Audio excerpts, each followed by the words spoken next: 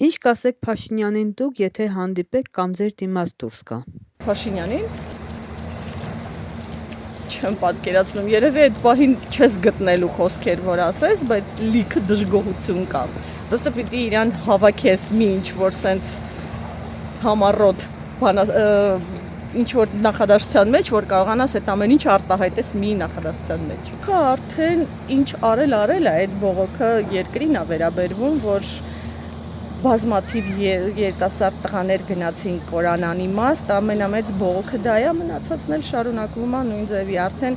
չգիտեմ, էլ դրանից հետո մնացած արդեն մանրուկներ են երևում։ Շատ ունեմ, բայց որ մեկն ասեմ, այնքան կա, ես չեմ ճանաչում նրան, նրա օրոք ես ինչ լավ բան եմ տեսել, որ գով է, թոշակն են բարձրացինի աշխատավարձը, ամեն ինչը թանկացել է, բայց էլի թոշակը նույնը,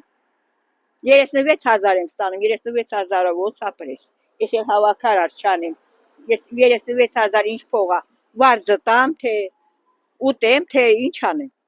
նրանով ինչ կարելի է արած, ոչ մի բան, չեմ էլ իմանում, ոնց խոսես։ Չի ասի ոչ մի բան, առայժմ ապրում են մարդիկ, ճիշտ է շատերն են դժգոհ, բայց թե ապրում են, համ դժգոհում են, համ էլ ապրում են։ Դե շատ սխալ էլի ինքը ղեկավարեց Հայաստանը,